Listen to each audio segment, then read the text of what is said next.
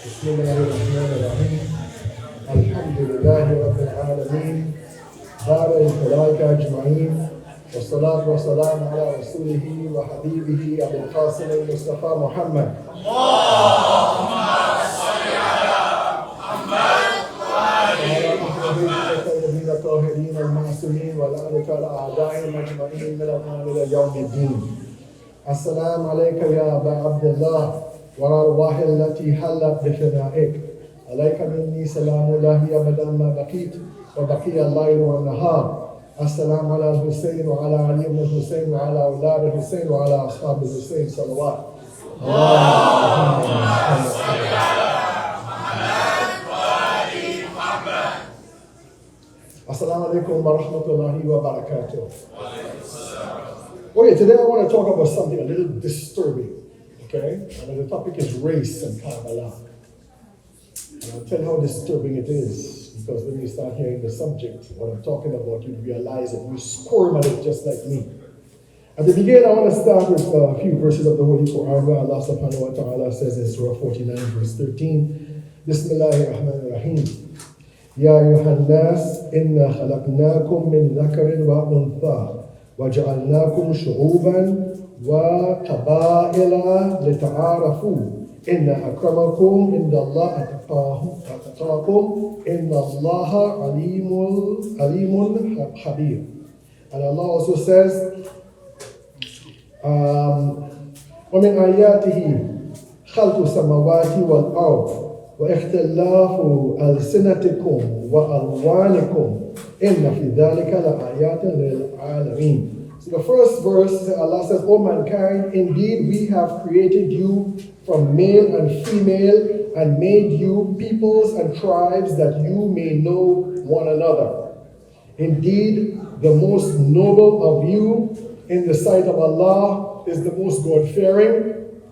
Indeed, Allah is knowing and Allah is aware. One of the words that they use here, جَعَلْنَاكُمْ شُعُوبًا. What is a shab? A shab is a very general concept. A shab is really a very general concept. It's translated as peoples, sometimes it's translated as nations, and so forth. It indicates that there is a kind of an inadequacy of the English language to represent what a shab is. A shab is basically any type of human organization of a collective that gives people a particular identity. That's what a shab is, right? And a gang is like a shab, or a group of, let's say, people in a tariqa, is a shab, okay? Soldiers, who have identified very deeply with each other could be like a shab as well. So it means these structures, and basically human beings, it is their nature for us to get together as societies. It is impossible for us to live without a society. Now somebody might say, well, okay, what about living on a desert island? Yeah, living on a desert island, but living on that desert island, you bring with you all the knowledge that you need to survive from living among people. Okay? So human beings are always within a social context. And that social context could be our families, it could be our madahib, it could be many things, all right? But these are the things that help to define us. The other verse, Allah says, and one of His signs is the creation of the heavens and the earth, and the diversity of your languages and your colors. Surely in that are signs for people of knowledge. Now look, Allah is saying our languages and our colors, okay, are signs. Our languages and our colors are signs. What does this mean? It means it's an aspect of the human reality. It is an aspect of the human reality, okay? Languages and colors. And these things are not superficial. Okay, you have some people talk about, I think race is this and race is that, and I don't think race is important and so forth. It's nonsense. Tell you the truth, it's nonsense. Okay? Yes, you should not relate to people in a racist manner, which means using that, a difference in this case, color, okay, to discriminate against people who are capable of performing the same tasks or what have you. You shouldn't do this. However, those different colors come with a particular distinct identity. In other words, all human beings, all different groups of human beings have different geniuses, have different gifts, particular to those people. Okay? It is not that they alone have it. We have it too, but we have it in potential. Okay? We have it as a potential in our human nature itself. In other words, in every one of us, okay, we have the potential of, let's say, white culture, or Chinese culture, or black culture, or whatever. Okay? All of us have in ourselves all of humanity. Have you heard the statement in the Holy Quran where killing one person is like killing all of humanity? There you go. All right? So all of humanity reflect these different capabilities and potentialities and so forth. All right? And what we gain from that is when we meet each other, when we meet the other person, another race, another culture or whatnot, on an equal basis, on an equal interactive basis, what you end up learning is something of yourself that you never knew before that person has in them that you didn't. That's what you learn from them. You learn, Allah says, languages and colors. They're related. In fact, one can actually map the movement of different ethnic groups by their language, where their language comes from, how it mingles with other languages, its effect upon them, their effect upon the other, and you can tell where people are coming from. So they are both related to each other. And what is language? Language is a way of looking at the world. Language is a way of looking at the world. So there's a relationship between your perspective and your environment. For example, among the Inuit people, you have some kind of 200 words for snow, for example. Okay? We only have like maybe 2, right? Light snow and heavy snow. That's about it for us. All right? But these different names of snow come with different meanings, come with different ideas of what the weather is and so forth and so on. Things that we did not know, we learn from them. Our medicine, for example. Most of our medicine comes from plants. People extract from plants those things that have medical properties, that we can heal each other. Okay, where do we get that from? We go into the jungle of the Amazon. We talk to the native people there. They say, this one is good for arthritis. This is good for heart. This is good for this. This is good for that. And you learn from them. The names that they give these things, for example, are names that reflect those plants and so forth. You find among these people, among many shamanistic people, who tend to treat nature literally as an organic, living, thinking being, self-conscious being. Would tell you how they came to find out the difference between this plant as a poison and that plant as a healing, is that the plant itself told them. The plant itself told them. I don't argue with that. Okay? Because they have a way of communicating with these things. And so people coming in touch with them, they learn this type of thing. They can even learn to be like that, to be able for the plant to speak to them. You see? For you to know each other. And in knowing each other, you know yourself. Now the kind of multiracial environment that we live in here is predicated upon white supremacism. It's predicated upon that. It is predicated upon the usurpation and the denial of the advantages, the progress, the genius of others in the service of white supremacism. And so they bring up this idea of the development of science, which is seen to be something good. I think it is something dangerous. Okay, why? Because they think science, quote unquote science, is a general term, an all-encompassing term, okay, is something that progresses by an evolutionary process from the most primitive to the most advanced. And the most advanced countries in science today are the Western countries.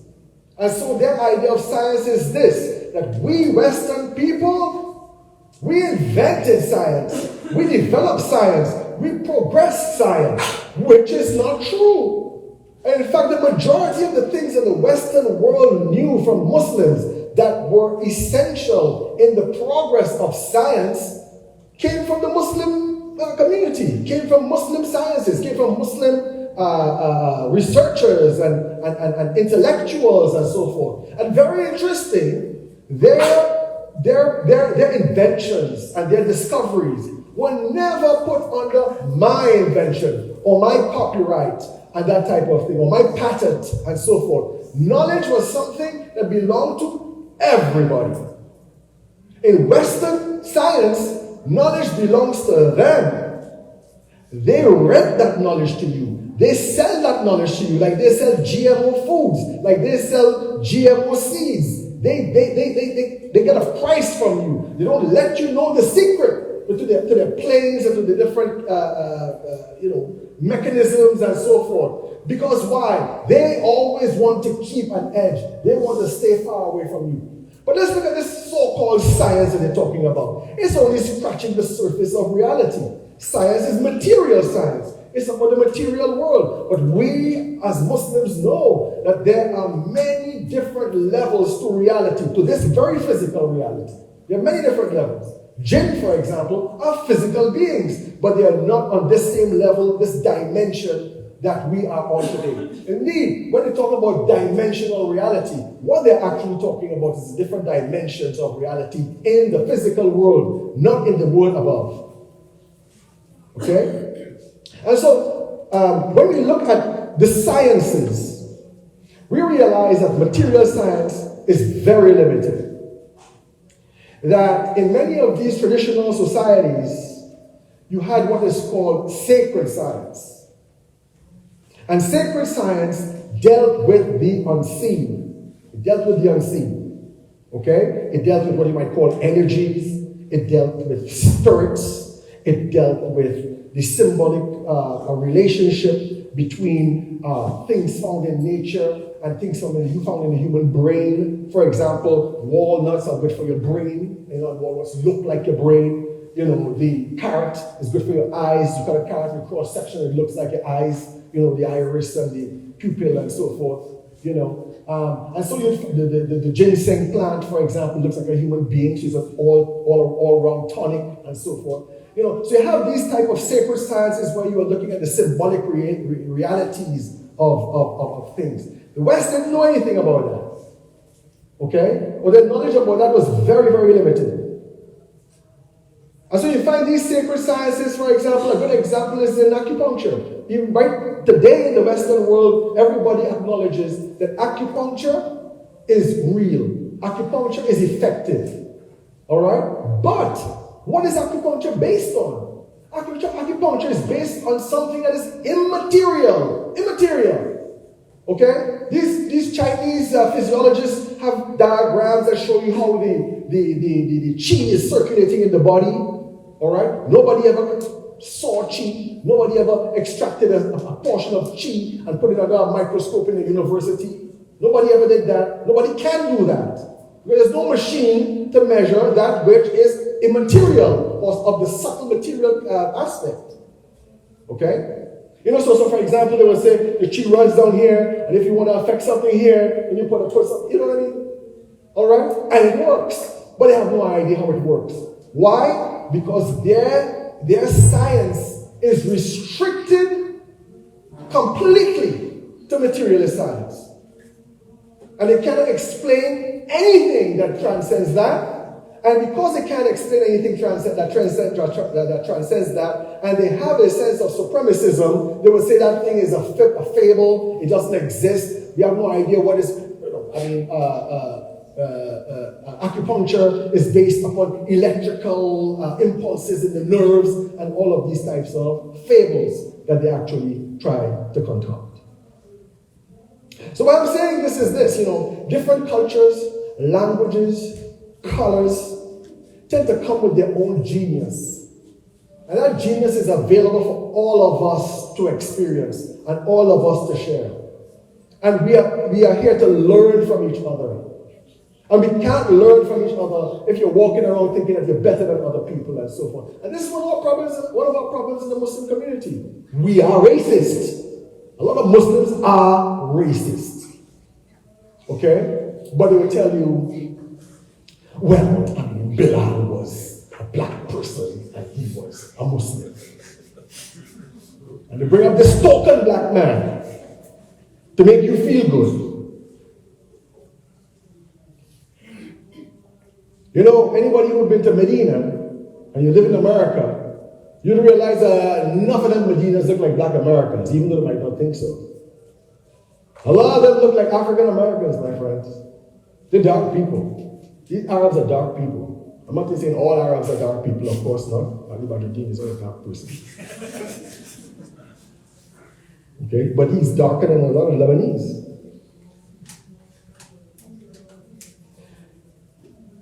Now, what I want to talk about today is the appearance of racism in the Muslim world.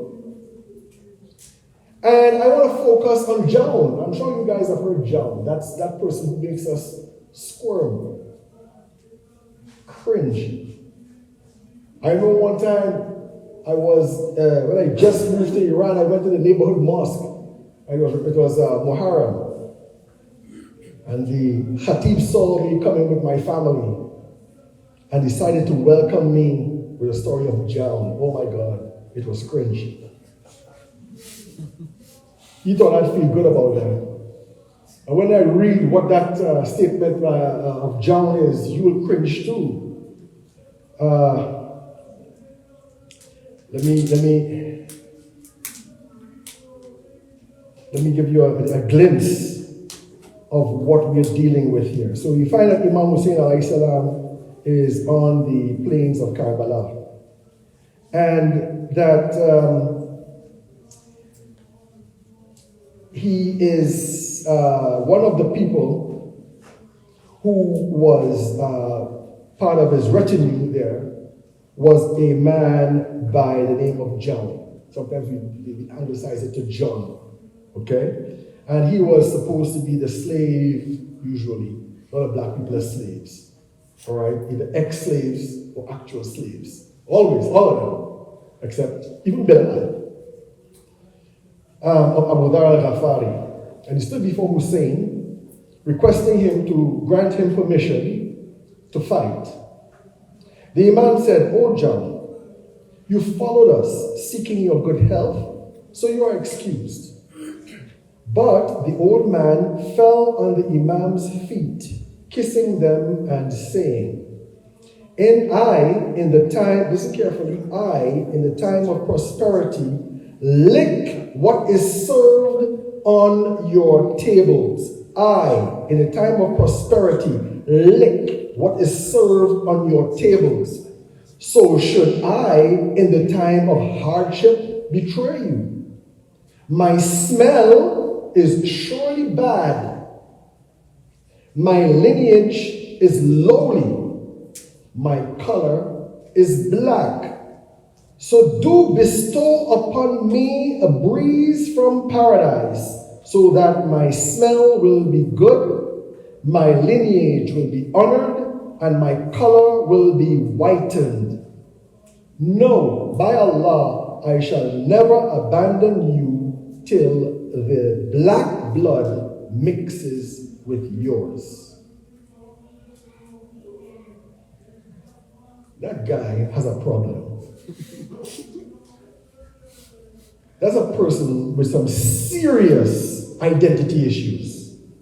Serious identity issues. And that person should not be in any battlefield fighting for anybody until he got his head fixed. You understand? Is this part of the Karbala experience, the Karbala narrative? No, it is not. And I'm going to go through the whole argument, but there's and you guys whip out your pens and papers, because you're going to follow this up in your homework after I leave here. Next Muharram, I'm going to come and ask you when you give your exam. All right? It's an article written by Dr. Amina Inloes, Inloes. You can find it on the internet easy. Okay? And it is called, I'll tell you this. Racial Othering in Shi'i Sacred History. Racial Othering in Shi'i Sacred History. John Ibn Kwesi and the ethnicities of the 12 Imams. I'm not going to talk about the ethnicities of the 12 Imams either, because all of them have been whitewashed. Every single one. Okay? In a lot of their biographies, official biographies, they're all described as being very dark. Very dark. One very good example is Imam Jawad alayhi salam. Okay? He was the son of Imam Rida alayhi salam. And Imam Rida alayhi salam was known to be a very dark person too. His mother was from North Africa. Alright? Now, to tell you the truth, I mean, when you go into Arabia, you look at the Arabian Peninsula, you have a lot of dark people. You have some people who look Indian. They really do. They look at shit from India. But they're not. They are. Okay? You have people, I mean, I was in Kuwait once. You know, you have a lot of cops. I mean, it's not like dark people with curly hair, you know, or straight hair. I'm talking about dark people with some tight, kinky hair, man. Okay? And they're cops. I'm looking at this guy driving with this, and this guy is driving me around Kuwait City or whatever. And I saw this cop looking, came straight out of Jamaica. And I'm looking at this guy, you know, and I said to him, who is this guy? You know, and he says he's one of the original peoples of this area. Okay? So people who have, in our experience in North America, where you have a lot of different mixed race type of people and so on, okay, they would have a problem with that in their society, but over there, okay, it's quite normal. All right, so here we have Imam Jawad, okay, in the midst of people who are already darkish, all right, and the followers of Imam Rida alayhi salam have a doubt that this boy, the son of Imam Rida, is Arab, okay, because he's too dark. And his hair is too kinky for him to be Arab. Okay? His mother was, what's her name? Anybody? Nubia? Huh? Nubia? She was Nubian, but I can't remember her name. I was trying to remember her name. When you're up here, Joe Biden moments happen a lot of times. I'm nervous, you know? Okay? But anyway, his mother was from Nubia. You ever seen people from Nubia? Okay? Which is basically South Sudan. You ever seen them? Very tall, very black, very black. Okay? When the light reflects off their skin, the light looks blue. Okay? They're that black. They're very strapping, very muscular, very strong looking people. That was his mom. I tell you, married a mom like that, you're going to get a kid that looked like that mom, I'm telling you. And so Imam Jawad came out. Alright? And they had problems with this. And so they invited a physiognomist. You know what a physiognomist is? Somebody who could tell somebody by their physical features, their face, the shape of their feet or whatever, what kind of personality they have, and what their ancestry is. You know, who are they related to? So then these guys, Imam Jawad and Imam Rida alayhi salam, as gardeners in a garden. And this physiognomist comes into the garden, and he is supposed to identify who this gardener, which was Imam Jawad disguised as, whose son he is. And he did indicate that this was the son of Imam Rida alayhi salam. So Imam Rida that's that dark, right? And how did he distinguish that? By their feet. By their feet. Not their face. Not their face. But by their feet. Now, the two verses I read, Allah subhanahu wa ta'ala is saying that He created you in these different forms, with these different characteristics and so forth. We all come from one mother and one father originally. And Allah made us reflect and experience these different characteristics, which we might call ethnic characteristics or racial characteristics. And these ethnic or racial characteristics do not have to be all phenomenological. Okay? They don't have to be all physical. They could be also in terms of perception. Okay? This is what languages mean. When you created us in different languages, your language is that which you use to express what you perceive in your environment. The language that you use, if it is limited, you are limited in your perception of that environment.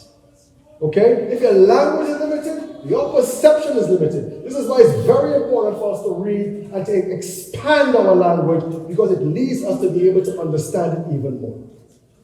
Okay? So our characteristics are not just outward characteristics, outward physical characteristics, but our characteristics are also accompanied by inward characteristics. All right? And one aspect of our inward characteristics are how we perceive, how we see things. All right? A person, for example, who's living nearby the sea most of his life, if he moves inland, will have a better idea of how that lake is operating. You know, and how you can relate to that in terms of your farming and that type of stuff. Okay? It is related to your perception. Now, you have John saying this type of thing. Is this correct? Now, Amina and Laws breaks this thing down. Okay? First of all, she discovers that this account is later, over 100 years later than Karbala. In the original accounts of Karbala, it is not there.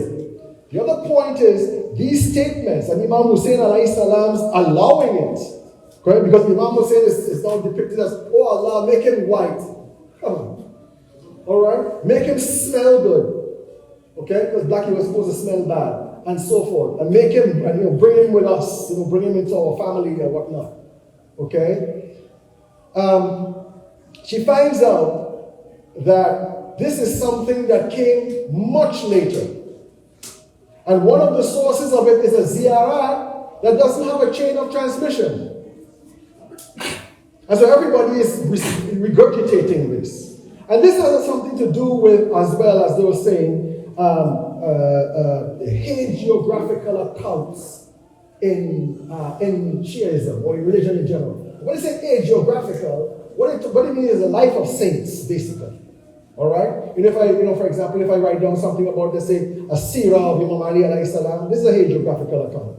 And sometimes, when you find that, for example, these accounts are very important in, let's say, public types of gatherings and things like that, like what we do here, okay? You would find that the tendency to cut corners or to exaggerate or to even create new characters like they have done with John ibn Huway, okay, becomes very prevalent. And indeed, Shahid Mutahari wrote a book selecting and criticizing all of these additions to the story of Karbala that he found could be very destructive. Okay? Some of them are not bad. They're still creations of people, right? But something like this, something like John, what kind of effect would that have on people living in this society? But not only this society, okay? Because the idea of white supremacism is something that affects a lot of Muslims. White supremacism, or colorism maybe might even be a better word. Okay? They're both white supremacists and colorists. This is unfortunately the kind of society that we're living in, the kind of world that we're living in today. We accept their superiority. We do. Okay? You might say, I don't. Okay? But you accept all their principles. You accept all their science. You accept all their books. You accept the Enlightenment philosophers. You accept everything. Everything. And you don't like him? It doesn't really matter. Who cares? Okay? You know, we worship them. And so, that type of expression, if you look at it carefully, you realize that it's not as racist as white racism. Huh? It's not as racist as that. Okay? Because white racism is, quote unquote, scientific. It's scientific. All right? It looks at human beings as part of the evolutionary tree. Okay? From ape to man. All right? And you've seen the sequential photos. Huh? See a little small kind of monkey-like figure like this. You see a bigger figure and a bigger figure. And somewhere in between, you got somebody who looks like an Australian Aborigine. Huh? Right? And they start from this, and then they go like that, and then they go like this. And at the end, you got a blonde hair, blue eyed guy.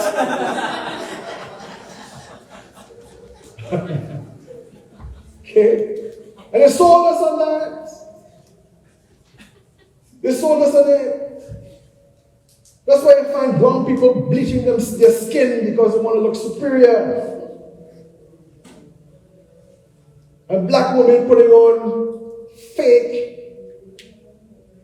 freshly cut Hindu hair, which is shaved off because they want to get their sins removed. You put that on your head. You know, you walk down the street in Tehran, 25% of all the women got some kind of bandage on their nose. Or they find their nose too curved. They want a nose like Taylor Swift. Okay? And yes, we sold on it. And when you share the values of the oppressor, it becomes easier for the oppressor to oppress you. You know that? When you share the values of the oppressor, you share in his goals. And therefore you are a victim to your own worldview because it's not yours.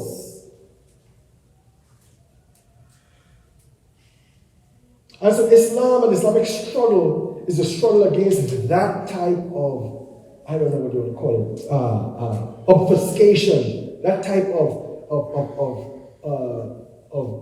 falsity in looking at the world. You know, because Islam is the path to truth. And if Allah loves us, He'd make us suffer for that. I've seen clips of people in Gaza making fun of black Palestinians, yeah? Alright? Makes it easier for the Israelis to come and, the superior racist, to come and beat you up because you're an inferior racist. Based upon that type of comparison, you're inferior to them and they could do something to you. But it's not just among them, it's among us here too. I know some Muslims, I won't call where it was, you know, a lot of Muslim brothers became Shia in prison. They come out of prison and they go to, this is in England, you know, they go to a mosque, a Shia mosque, and these guys were really, I feel like using a street word, you know, but they were bad. They were bad. You know, they'd go to the biggest Wahhabi mosque on a Friday, early, so they could get in the front row and put their turban on. And nobody in that mega mosque had the nerve to go and kick their turban. It was the last leg they have in their lives. These guys were like this. And then their home base was a Shia center. And these Muslims, these bourgeois Muslims, were very threatened by these guys. They weren't doing anything. They weren't, intimidating anybody and stuff like that. With all these black guys come out of prison and they are Shias and they are afraid of them. And they were like, I hope they don't sell weed here. The racist people, man. I hope they don't sell weed here. I hope they don't do crime here. Where did they get that from? Okay, where did they get that from? They got that from what was fed to them in this environment. When they come to this environment to make money, to get position, and they're not here to strive for justice, social justice, they fall right into line. And then they end up sharing the same kind of value system that exists in the society in which they live. And they cannot make any difference to that society. In fact, what they end up being is collaborators with that society. Somebody was just telling me today about some people who they had some march somewhere, for Muharram, and everybody who came with a kafia, they said, we don't want you here. Okay? What kind of mentality is that? They're behaving for free. How true I would want them to behave? How are they thinking? They're thinking along the same lines as the oppressor. We continue doing this, we are not going to be successful. We might, as the Holy Prophet sallallahu alaihi wasallam said, that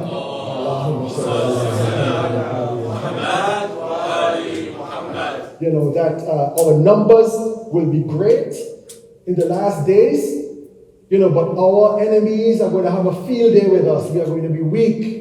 And one of the reasons why we are weak is because we accept their worldview. We accept their value system. We think that despite or apart from the possibility of them becoming Muslims, they're more Muslim than us, man. They're more Muslim than us. That's what we think.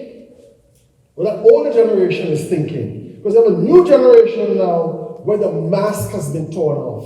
And what has torn that mask off is the genocide in Gaza.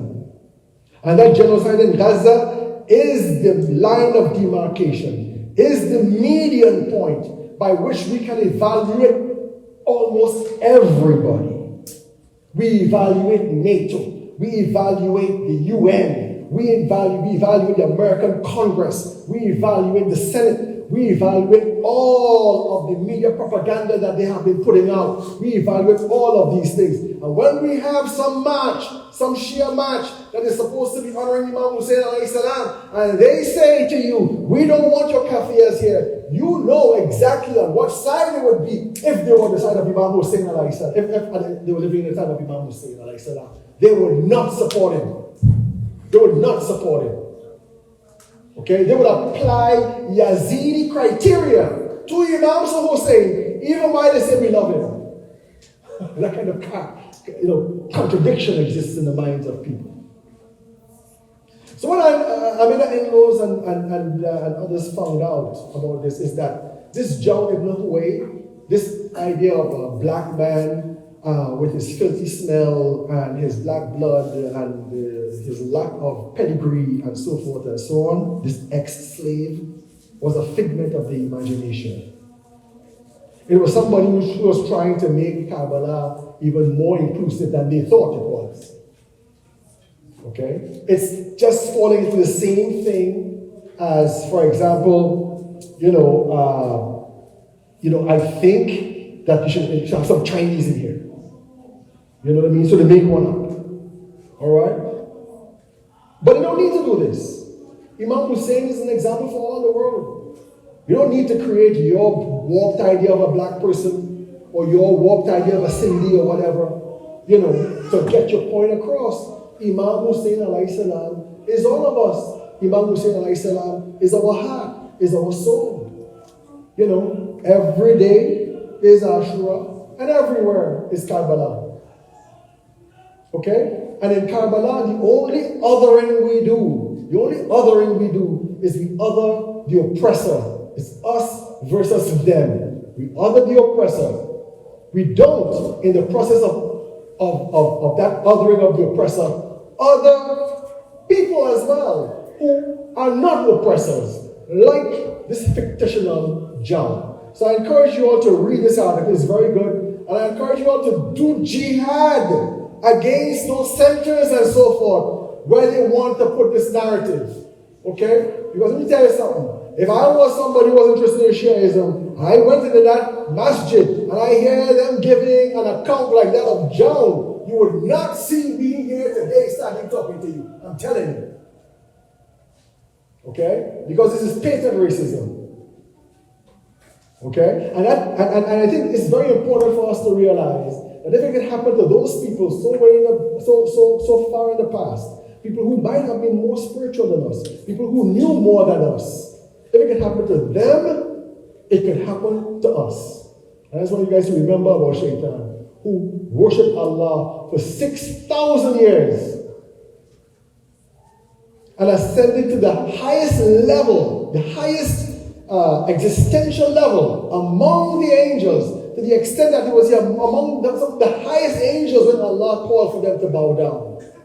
Okay? And at that point, his own hubris, his own arrogance, his own sense of being better than somebody else, his own othering of people, made him fall. If you're a Muslim and you're a racist, you're gonna fall. Okay? And it reflects upon us fighting our jihad. Give salawat to the Holy Prophet Muhammad and his family. Allahumma salli ala Muhammad wa ali Muhammad. I'd like to close off today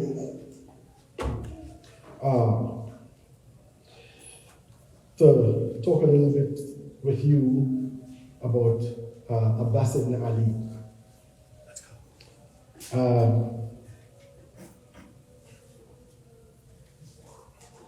Hazrat Abbas, his coming into the world was the result of an intentional search for someone to aid Imam Hussein alayhi salam.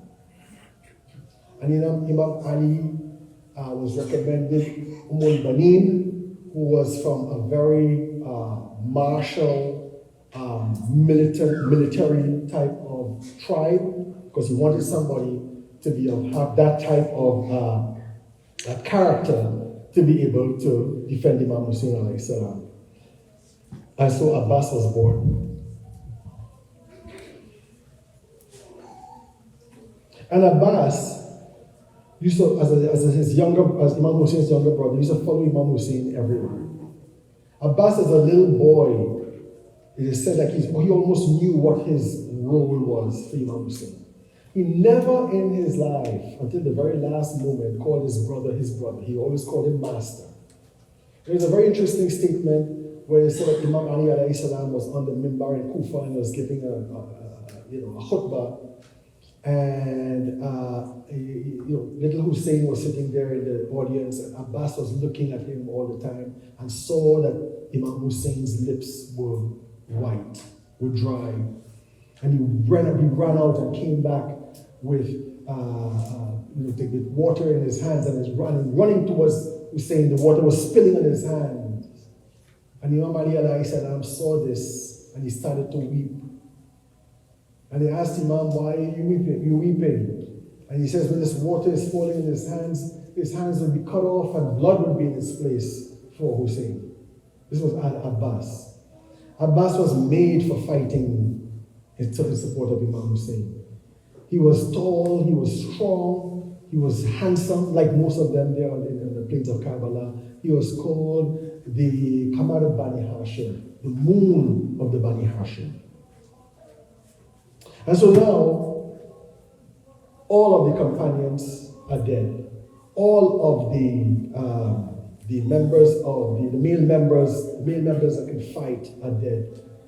Ali Akbar is dead. Awna Muhammad are dead. Qasim is dead. Everybody. And the only one left is Abbas. And Abbas wants to go to the battlefield, and Imam Hussein says to him, no, not yet. They have to attack first, and so on. And then Sakina, the little daughter of Imam Hussein, remember, they are cut off from the water. They are cut off from the water by that army. Men, women, children have no water to drink. And Sakina comes to Hazrat Abbas. Now, Hazrat Abbas had a soft heart for the kids. And it tells you again about the nature of the warrior, the nature of the fatah. Their hearts are soft to the vulnerable. And Sakina comes up to Abbas Abbas wants to see his brother for one more time. But because of the arrow in his eye, the blood is falling into the other eye and he can't see. So he asked Imam Hussein alayhi salam to remove the blood so he could see him. And Imam Hussein tells Abbas, he says, Abbas, I want you in this last moment of your life, that in all your life you called me master. I want you now, while you are in this state, to call me brother. And Abbas said, my brother had passed away. Right now, if you go to the shrine of Imam Hussein alayhi salam, you will see that some distance from the mausoleum of Imam Hussein alayhi salam, the shrine of Hazrat Abbas alayhi salam. And this indicates that he was very away from the shrine, away from the presence of Imam Hussein alayhi salam on the battlefield. Assalamu alayka ya Aba Abdullah wa arwahi allati halat bifinaik. Alayka minni salamu lahi abada ma baqit wa baqiya al-layl wa nahar. Assalamu ala al-Hussein wa ala Ali ibn al-Hussein wa ala awlad al-Hussein wa ala ashab